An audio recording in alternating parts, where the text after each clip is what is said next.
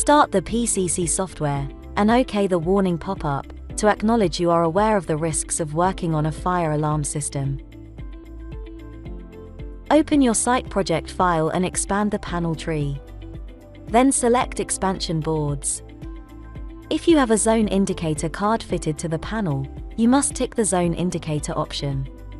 There is a single option that will configure what zone number the first zonal LED of the card will mimic. The network board option is ticked if your panel is to be networked or used as a repeater panel. This option is used in conjunction with the FireNet settings. If the panel loop capacity is expanded with the addition of a loop card, then the loop board option must be ticked. The number of loops of the panel will then change to 4.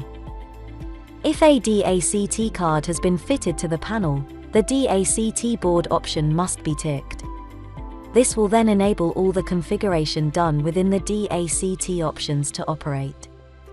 When a PIB board has been fitted inside the panel, you must tick the PIB board option and select which PIB variant of board you are using.